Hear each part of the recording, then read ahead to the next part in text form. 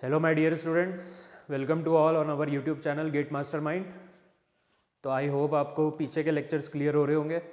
Basic बिल्कुल foundation जो strength of materials का है वो मैंने आपको पीछे के लेक्चर्स में पढ़ा दिया बहुत अच्छे से। ठीक है, तो लोडिंग और उसके क्लासिफिकेशन ऑफ लोडिंग मैंने बहुत अच्छे से डिटेल में डिस्कस किया है। अगर आपको लोडिंग पे कमांड हो गई तो स्ट्रेंथ ऑफ मटेरियल सब्जेक्ट आपके लिए बहुत ईजी हो जाएगा। ठीक है, तो आपको बिल्कुल भी प्रॉब्लम नहीं आएगी। अभी हम बार्स टॉपिक पढ़ रहे हैं, bars in series and parallel. ठीक है, बार्स ऐसा स्ट्रक्चरल मेंबर है जिस पे एक्सियल लोडिंग होती है, लोड उसकी लॉन्गिट्यूडनल एक्सिस के अलोंग लगता है। ठीक है, जैसे ये बार है तो ये इसकी कौन सी एक्सिस है? लॉन्गिट्यूडनल एक्सिस है। तो लॉन्गिट्यूडनल एक्सिस के अलोंग जो लोड लगता है उसको एक्सियल लोड बोलते हैं, और क्रॉस सेक्शन के परपेंडिकुलर। ठीक है, ये मैंने आपको लोडिंग में डिस्कस कर दिया बहुत ही डिटेल में, डेप्थ में। तो ऐसे मेंबर को हम बार्स बोलते हैं और बार्स पे हम एनालिसिस कर रहे हैं। ठीक है, बार्स पे हम क्या निकालना चाह रहे हैं? कितना स्ट्रेस होगा बार में, कितना डिफॉर्मेशन होगा, कितना मैक्सिमम स्ट्रेस होगा, मिनिमम स्ट्रेस होगा, ताकि हम उस बार की क्या कर सकें? डिज़ाइन कर सकें। क्लियर?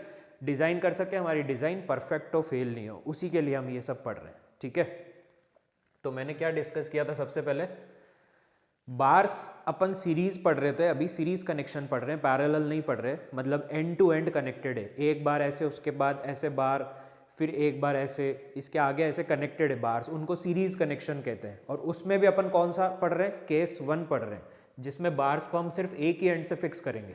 क्लियर? तो bars fixed at one and और बार्स इन सीरीज, वो वाला मैंने कॉन्सेप्ट आपको समझाया था। उस पर मैं चाहता हूँ कि आपको एक दो न्यूमेरिकल्स कराऊँ जिससे आपके कॉन्सेप्ट स्ट्रांग हो जाए, ताकि आपको बिल्कुल भी प्रॉब्लम नहीं आए आगे। ठीक है, तो आपको बिल्कुल भी दिक्कत नहीं आनी चाहिए इस हिसाब से। अभी अपन दो न्यूमेरिकल्स देखेंगे आज। ये दो न्यूमेरिकल आपके काफ़ी कॉन्सेप्ट को काफ़ी डेप्थ में क्लियर करेंगे। ठीक है, इन न्यूमेरिकल को स्टेप बाय स्टेप समझना, बिल्कुल स्टेप बाय स्टेप बार्स की प्रॉब्लम सॉल्व करनी है। न्यूमेरिकल कैसे अप्रोच करना है, कैसे उसको सॉल्व करना है, वो सारी चीज़ अभी बताऊंगा आपको। ठीक है, कहाँ क्या गलती हो सकती है, वो सब चीज़ें ध्यान रख के चलना है हमें। सिली मिस्टेक्स कौन सी हो सकती है, तो अपन देखते हैं। सबसे पहला क्वेश्चन,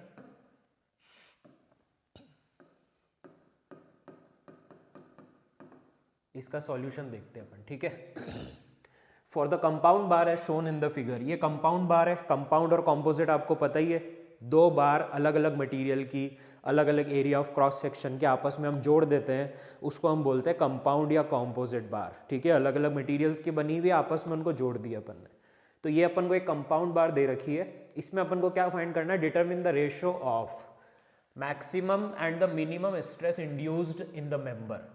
मतलब मैक्सिमम स्ट्रेस और मिनिमम स्ट्रेस का रेशो इसमें फाइंड करना है। ठीक है, और हमें क्या फाइंड करना है? डिफॉर्मेशन फाइंड करना है। कहाँ पे? फ्री एंड पे। अगर जंक्शन पॉइंट पे डिफॉर्मेशन कितना दे रखा है? डेल्टा दे रखा है। जंक्शन पॉइंट बी है, ठीक है, तो जंक्शन पॉइंट पे डिफॉर्मेशन कितना दे रखा है? डेल्टा दे रखा है। हमसे पूछ किधर रहा है? फ्री एंड पे पूछ रहा है। ठीक है, एक बहुत ही इंपॉर्टेंट कॉन्सेप्ट मैं यहां पे बताना चाह रहा हूं आपको। अगर मान लो डेल बी लिखा है, डेल बी, इसको हम डेल बी ए भी लिख सकते हैं, बी ए भी लिख सकते हैं, और इसको हम डेल 1 भी लिख सकते हैं। ये एक ही चीज है तीनों। ये बहुत इंपॉर्टेंट कॉन्सेप्ट है।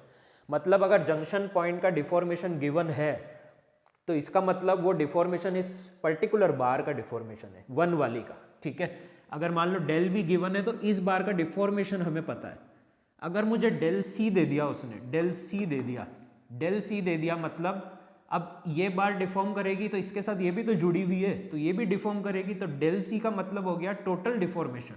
मतलब डेल सी ए हो गया, ये सी ए मतलब पूरी बार का डिफॉर्मेशन हो गया डेल सी का मतलब। ठीक है, तो इसको हम लिख सकते हैं डेल 1 प्लस डेल 2। और अगर ए पॉइंट का डिफॉर्मेशन की बात करें तो ए पॉइंट पे तो डिफॉर्मेशन 0 है, ये तो फिक्स्ड एंड है, यहाँ तो डिफॉर्मेशन होगा नहीं। बी पॉइंट का डिफॉर्मेशन की बात करता है तो इस बार का डिफॉर्मेशन हो गया, सी पॉइंट के डिफॉर्मेशन की बात करता है तो इस बार का भी हो गया, इस बार का भी हो गया, दोनों का सम हो गया, दैट इज टोटल डिफॉर्मेशन हो गया इस बार का। तो ये बहुत ही इंपॉर्टेंट कॉन्सेप्ट था। ठीक है स्टूडेंट्स, समझ में आ रहा है? ठीक है, तो अब आगे देखो, आगे हम इसको सॉल्व करते हैं, इस न्यूमेरिकल को सॉल्व करते हैं। अब देखो, ये एक बार है, ये दो बार है, ये जंक्शन पॉइंट है, इसकी लेंथ दे दी 2l, इसकी लेंथ l दे दी। ए बी सी, ये 2 है इसका एरिया ऑफ क्रॉस सेक्शन है और सर्क्यूलर है, ठीक है। और ई इसका यंग्स मॉडुलस है, इसका मटेरियल है।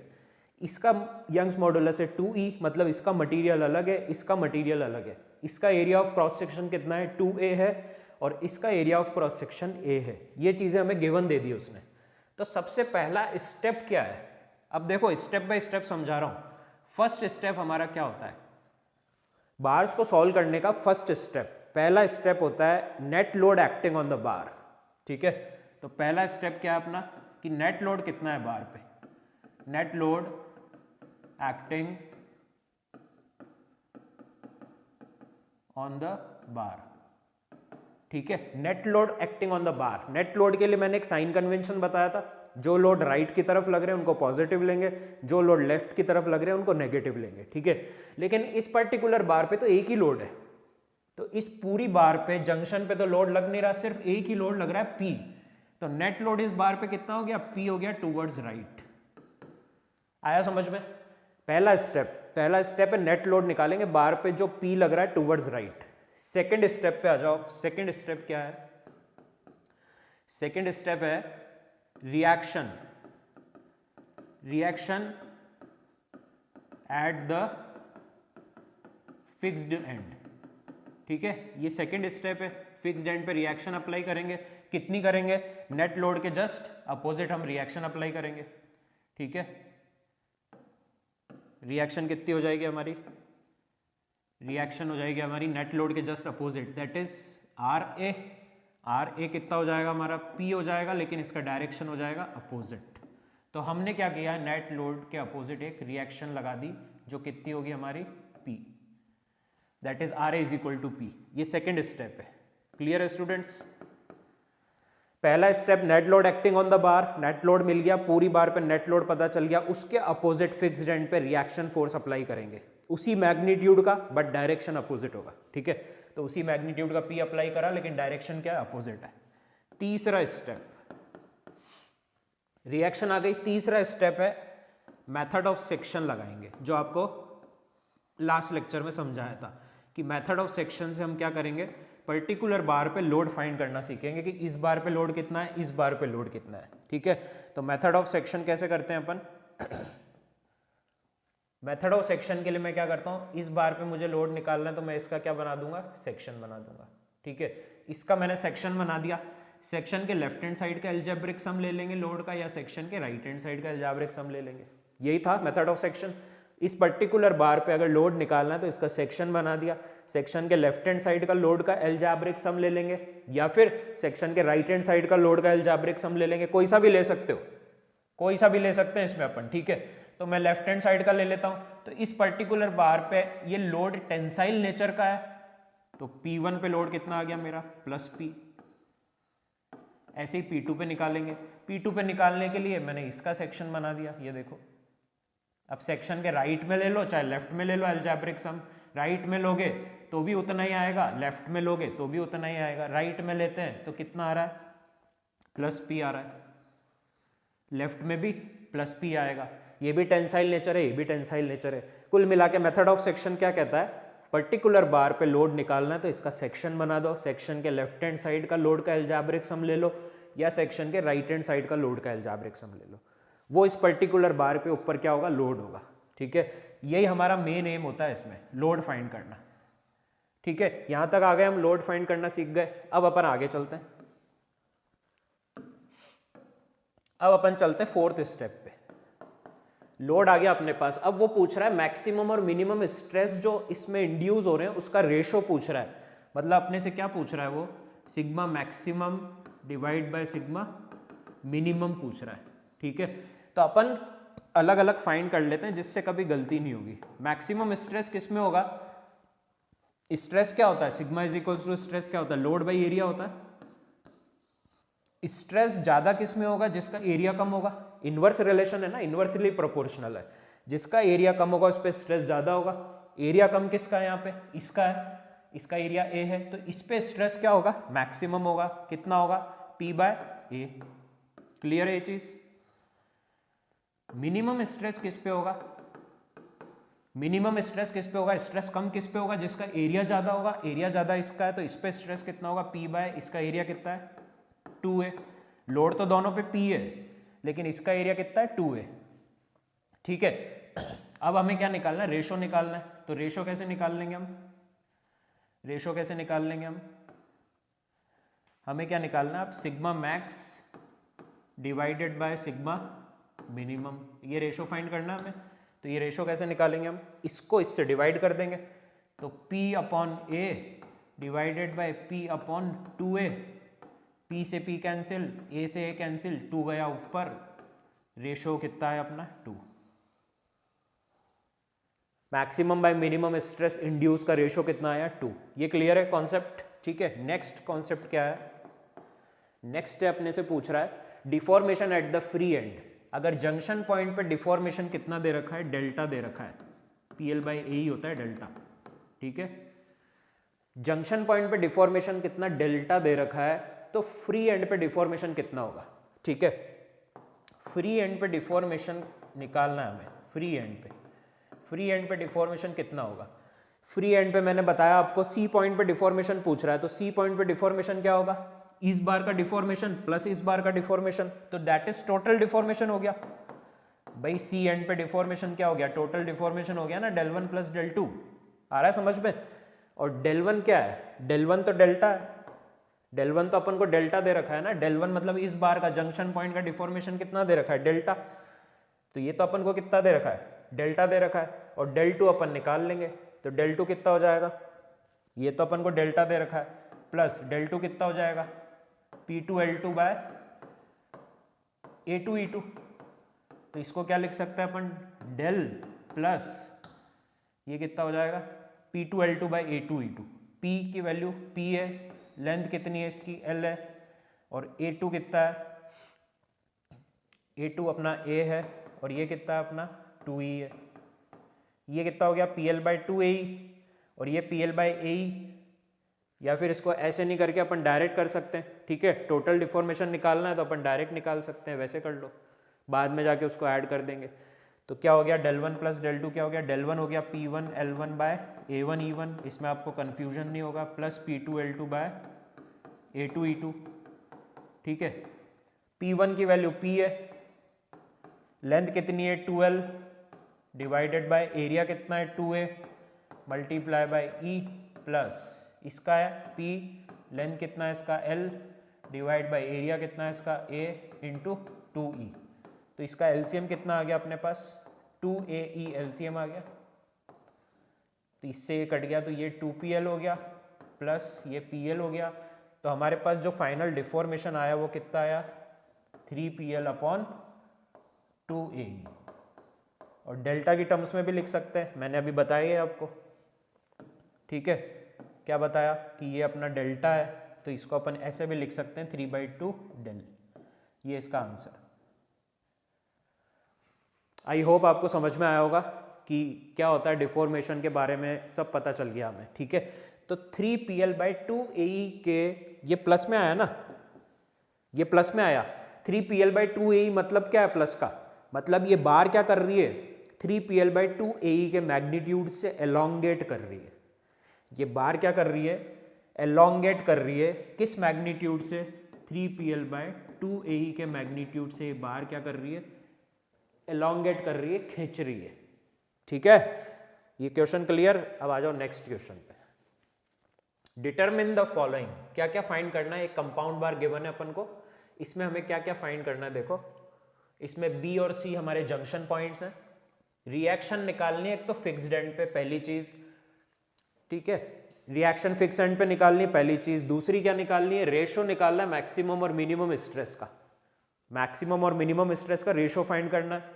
और तीसरा डिफॉर्मेशन फाइंड करना है फ्री एंड पे, ठीक है, फ्री एंड पे डिफॉर्मेशन फाइंड करना है। अब देखो यहाँ जंक्शन पॉइंट्स पे भी लोड लग गए, अब यहाँ पे काम थोड़ा डेंजर हो गया हमारे लिए, ठीक है। अब यहाँ जंक्शन पॉइंट पे भी लोड लग गए, इसको कैसे सॉल्व करेंगे अपन, इसमें आएगा मजा, यहाँ आपके कॉन्सेप्ट्स और स्ट्रॉन्ग होंगे, ठीक है।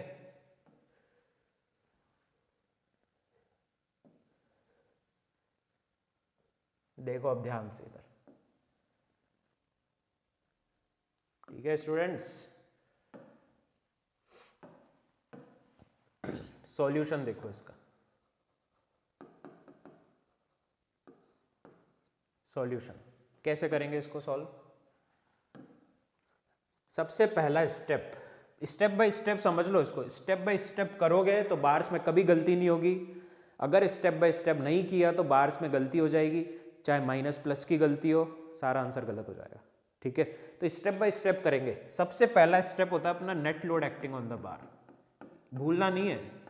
Net load acting on the bar, net load acting on the बार। अब नेट लोड कैसे निकालते हैं अपन? नेट लोड के लिए अपन एक साइन कन्वेंशन फॉलो करते हैं। आपको बताया था मैंने कि जो लोड टूवर्ड्स राइट होते हैं उनको हम पॉजिटिव लेते हैं, और जो टूवर्ड्स लेफ्ट होते हैं उनको हम नेगेटिव लेते हैं। ये आपको मैंने बताया था बहुत अच्छे से। ये सिर्फ किसके लिए? ओनली फॉर नेट लोड निकालने के लिए। ये ओनली फॉर नेट लोड निकालने के लिए। ठीक है, जो राइट की तरफ होंगे उसको पॉजिटिव लेंगे, जो लेफ्ट की तरफ होंगे उसको नेगेटिव लेंगे। क्लियर? ये सिर्फ नेट लोड निकालने के लिए साइन कन्वेंशन हम यूज करेंगे। अब देखो इसमें नेट लोड निकालते हैं तो 2p क्या है? लेफ्ट में है तो 2p अपना माइनस का हो गया, 3p राइट में है तो 3p अपना प्लस का हो गया, और ये वापस लेफ्ट में है तो ये अपना -4p हो गया। कितना हो गया ये? -4p minus 2p minus 6p plus 3p, तो ये कितना हो गया हमारे पास? माइनस का 3p। इससे हम क्या बोल सकते हैं कि 3p जो नेट लोड लग रहा है उसका डायरेक्शन क्या है? टूवर्ड्स लेफ्ट है। भाई माइनस है ना, माइनस टूवर्ड्स लेफ्ट, तो -3p है तो 3p जो नेट लोड लग रहा है, तो इस बार पे जो नेट लोड लग रहा है, टोटल लोड वो 3p लग रहा है जिसका डायरेक्शन टूवर्ड्स लेफ्ट है। आया समझ में? तो दूसरा काम हमारा क्या है? सेकंड स्टेप हमारा क्या है? सेकंड स्टेप है हमारा, इसके अपोजिट हम क्या करेंगे? फिक्स्ड एंड पे रिएक्शन फोर्स लगा देंगे। Reaction at fixed and. ठीक है, फिक्स्ड एंड पे रिएक्शन फोर्स लगा देंगे तो रिएक्शन फोर्स कितना होगा? जस्ट इसका उल्टा, 3p। मैग्नीट्यूड तो सेम रहेगा लेकिन डायरेक्शन अपोजिट। तो ये मैंने रिएक्शन फोर्स लगा दिया यहाँ पे। ये देखो, ये एक रिएक्शन फोर्स, ये देखो इस डायरेक्शन में एरो है, इस डायरेक्शन में, और RA इज इक्वल्स टू कितना लिख दूं मैं इसको? 3p। ये 3p आ गया रिएक्शन फोर्स। ठीक है, आई होप ये आपको दोनों पॉइंट क्लियर हो गए। ये नेट लोड का काम खत्म, इसको मैं मिटा देता हूँ यहाँ से। ठीक है स्टूडेंट्स, ये नेट लोड के लिए था सिर्फ, इसका काम खत्म। अब आएगा तीसरा step, third step. Net load का काम खत्म, नेट लोड आ गया बार के ऊपर, नेट लोड के अपोजिट हमने रिएक्शन फोर्स लगा दिया फिक्स्ड एंड पे। इतना क्लियर है? अब अपन अप्लाई करेंगे method of sections. Method of section से हम क्या करेंगे? पर्टिकुलर बार्स पे लोड फाइंड करेंगे। मतलब इस पे लोड फाइंड करेंगे, इस पे लोड फाइंड करेंगे, और इस पे लोड फाइंड करेंगे। ठीक है, तो कैसे करेंगे? अब मुझे क्या करना है? अब मुझे इस बार पे लोड फाइंड करना है तो मैं इसका एक सेक्शन बना दूंगा। ठीक है, अब इसके सेक्शन का लेफ्ट हैंड साइड का एल्जेब्रिक सम ले लो या फिर राइट हैंड साइड का ले लो। तो जहां लोड कम है वहां का लूंगा तो ज्यादा सही रहेगा ना मेरे लिए। भाई लोड यहाँ पे एक ही है, वहां 3-3 लोडों का लेना पड़ेगा। ठीक है, 3-3 लोड्स का एल्जेब्रिक सम लेना पड़ेगा। आ रहा है समझ में? तो अब देखो P1 इज इक्वल्स टू कितना हो जाएगा? इस सेक्शन है, सेक्शन के लेफ्ट का एल्जेब्रिक सम ले लेते हैं अपन, तो कितना होगा? सेक्शन के लेफ्ट में अब ये कंप्रेसिव है या टेंसाइल है? इस बार पे कंप्रेसिव है तो माइनस आ जाएगा, और कितना है? Magnitude 3p। आया समझ में? अब P2 का निकालना है तो P2 का सेक्शन बना देते हैं। ये देखो, ये बन गया सेक्शन। अब P2 पे लेफ्ट का एल्जेब्रिक सम ले लो या राइट हैंड साइड का एल्जेब्रिक सम ले लो। ठीक है, तो P2 पे लेफ्ट हैंड साइड का एल्जेब्रिक सम लेता हूं अगर मैं, तो 4p तो टेंसाइल है, खींच रहा है ना इसको। भाई इस बार को 4p क्या कर रहा है? खींच रहा है, टेंसाइल है, और ये इस पे क्या है? कंप्रेसिव है, तो ये -3p। पूरा एल्जेब्रिक सम लेना पड़ेगा हमें पूरे का। तो ये कितना हो गया इस पे load? 4p - 3p that is p। आया समझ में? और थर्ड वाले पे अगर मुझे निकालना लोड तो कितना हो जाएगा? इधर का एल्जेब्रिक सम ले लो, या तो लेफ्ट हैंड साइड का एल्जेब्रिक सम ले लो, या फिर राइट हैंड साइड का अलजेब्रिक सम ले लो। तो वहां का अलजेब्रिक सम लेंगे जहां लोड कम है। लोड कम किधर है? राइट में। तो राइट का अलजेब्रिक सम लेंगे तो P3 पे लोड कितना हो जाएगा? P3 पे लोड कितना हो जाएगा? राइट हैंड साइड का अलजेब्रिक सम लिया। अब इस बार पे ये क्या है? कंप्रेसिव है, तो ये हो गया -2P। आया समझ में? चीजें क्लियर हो रही है स्टूडेंट्स? ठीक है, कोई डाउट तो नहीं है? मेथड ऑफ सेक्शन का मतलब क्या है? इस बार पे लोड निकालना है तो इसका सेक्शन बना दो, सेक्शन के लेफ्ट हैंड साइड का अलजेब्रिक सम ले लो या राइट हैंड साइड का ले लो। ठीक है, वहां का लेंगे जहां लोड कम है। तो लोड कम किधर है? इधर है, तो इधर का अलजेब्रिक सम ले लिया। ठीक है, तो ये इस पे क्या हो गया? कंप्रेसिव। टेंसाइल कंप्रेसिव नेचर देखना कुल मिला के हमें। यहाँ पे हमें टूवर्ड्स लेफ्ट टूवर्ड्स राइट नहीं लगाना। मेथड ऑफ सेक्शन में हमें उसका टेंसाइल और कंप्रेसिव नेचर देखना पर्टिकुलर बार्स पे। तो P1 पे लोड आ गया, P2 पे आ गया, P3 पे आ गया। एरिया और यंग्स मॉडुलस तीनों का सेम है। क्लियर? ये गिवन दे दिया उसने, जिसको क्या बोलते हैं? AE के प्रोडक्ट को क्या बोलते हैं अपन? इसने AE का प्रोडक्ट अपन को दिया ना, AE का प्रोडक्ट इसने दिया। AE का प्रोडक्ट क्या कहलाता है? एक्सियल रिजिडिटी कहलाता है। ठीक है, एक्सियल रिजिडिटी बोलते हैं इसको, AE के प्रोडक्ट को। तो जितना ज्यादा AE होगा तो क्या फर्क पड़ेगा बता सकते हो आप? AE जितना ज्यादा होगा तो डेल क्या होता है? PL अपॉन AE होता है। जितना ज्यादा AE होगा तो उतना ही कम क्या होगा? डेल होगा। मतलब जितना ज्यादा एक्सियल रिजिडिटी होगी बार की, उतना ही उसका डिफॉर्मेशन उसमें कम से कम आएगा। तो हम बोल सकते हैं कि हमारी बार क्या है? रिजिड इन नेचर है। ठीक है, हमारी बार रिजिड है, स्टिफ है। लोड लगने पे उसमें डिफॉर्मेशन कम से कम होगा अगर उसकी एक्सियल रिजिडिटी ज्यादा है तो। ठीक है, इसका AE का मतलब ये है। तो यहां पे ये बताना चाह रहा था मैं आपको, एक्सियल रिजिडिटी। ठीक है, अब अपन को क्या करना है? ये मैंने इसको हटा दिया। ठीक है, नेक्स्ट स्टेप है अपना फोर्थ। लोड आ गया। मेन स्टेप अपना एम यही था, पर्टिकुलर बार पे लोड निकालना। This is our main M. अब लोड आ गया तो अब आगे की चीजें तो बहुत इजी हो गई। पहला हमने कर लिया रिएक्शन एट फिक्स्ड एंड, कितना है? RA = 3P। फर्स्ट आंसर आ गया अपना। ठीक है, यहाँ पे आंसर लिख सकते हैं अपन। फर्स्ट आंसर अपना क्या आया? रिएक्शन आ गई अपनी 3P। ये आ गया फर्स्ट आंसर। ठीक है, यहाँ सेकंड आंसर लिख देंगे। सेकंड क्या पूछ रहा है? रेशो पूछ रहा है मैक्सिमम और मिनिमम स्ट्रेस का। तो मैक्सिमम स्ट्रेस कितना होगा? भाई एरिया तो सबका सेम है, लोड ज्यादा किस पे है? सबसे ज्यादा लोड देखो इस पे। माइनस प्लस साइन से कोई मतलब नहीं हमें। माइनस प्लस तो नेचर हो गया, टेंसाइल और कंप्रेसिव। मतलब किससे? मैग्नीट्यूड से। ठीक है, मैग्नीट्यूड सबसे ज्यादा किधर है? इधर 3P। 1 वाले पे सबसे ज्यादा लोड है देखो 3P। माइनस प्लस से कोई मतलब नहीं है। तो सबसे ज्यादा स्ट्रेस भी किस पे होगा? इसी पे, क्योंकि स्ट्रेस क्या होता है? Load by area. भाई स्ट्रेस क्या होता है? Load by area. एरिया तो सेम है, तो लोड से देखेंगे, लोड सबसे ज्यादा जिस पे उस पे सबसे ज्यादा स्ट्रेस होगा। ठीक है, तो सबसे ज्यादा स्ट्रेस किस पे हो गया? 3P/A। कंप्रेसिव नेचर का हो गया, माइनस में आ गया ये। लेकिन सबसे ज्यादा स्ट्रेस हो गया इस पे, क्योंकि हम मैग्नीट्यूड देखते हैं लोड का। ठीक है, मैग्नीट्यूड देखते हैं यहाँ पे हम। माइनस प्लस से कोई मतलब नहीं है, माइनस प्लस उसका नेचर है, टेंशन और कंप्रेशन। और मिनिमम स्ट्रेस किस पे आएगा? मिनिमम किस पे आएगा? जिस पे लोड सबसे कम है। लोड सबसे कम 2 पे है, तो 2 पे अपना मिनिमम स्ट्रेस आ गया, दैट इज P/A। एरिया तो A है, इसका लोड कितना है? P। तो रेशो कितना आ गया?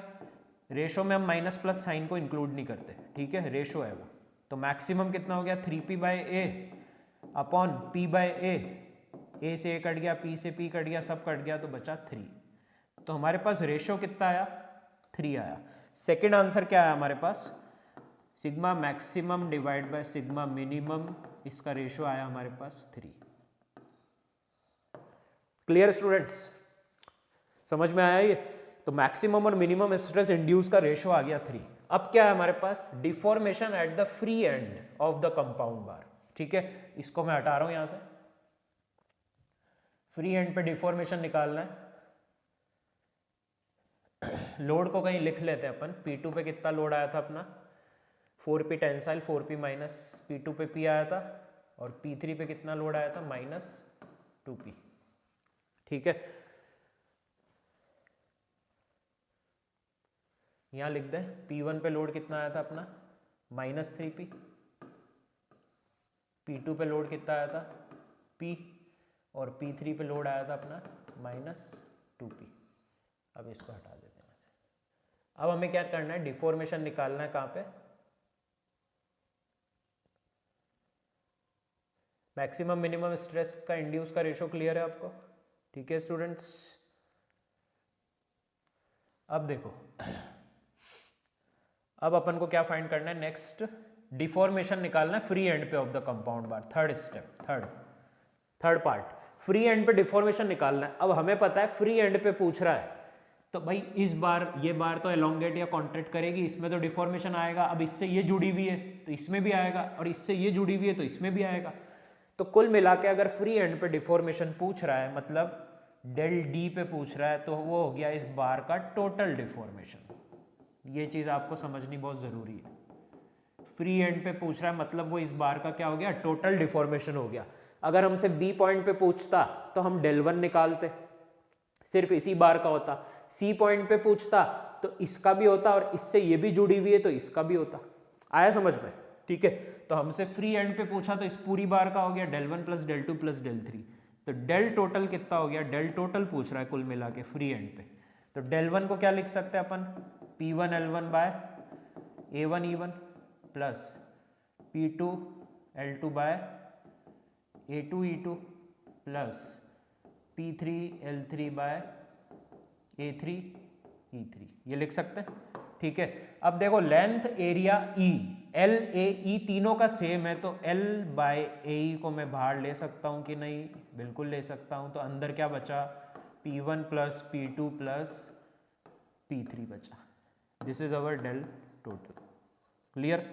तो डेल टोटल कितना हो जाएगा अपना, L बाई ए को तो ऐसे ही रहने देते हैं, और यहाँ पे अपन P1 की वैल्यू कितनी है, -3p है, P2 की वैल्यू कितनी है, +p है, और P3 की वैल्यू कितनी है, -2p है।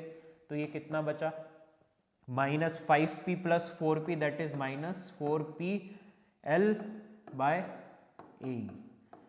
ठीक है, तो इसका जो टोटल डिफॉर्मेशन आया इस बार का, वो आया 4pl बाई ए माइनस का। माइनस मतलब क्या है, यहाँ पे माइनस में कभी लिखते नहीं हम लिखते हैं del total is equal to 4pl by A. आगे हम क्या लिखेंगे, कॉन्ट्रैक्शन लिखेंगे। मतलब इतने सारे लोड इस बार पे लग रहे हैं, तो इसका जो टोटल डिफॉर्मेशन है इस बार का, ये बार क्या करेगी, 4pl बाई ए के मैग्नीट्यूड से कॉन्ट्रैक्ट करेगी, अंदर की तरफ जाएगी, ऐसे कॉन्ट्रैक्ट करेगी, एलोंगेट नहीं होगी, कॉन्ट्रैक्ट करेगी 4pl बाई ए के मैग्नीट्यूड से। आया समझ में? क्लियर? और भी कुछ देखना है क्या?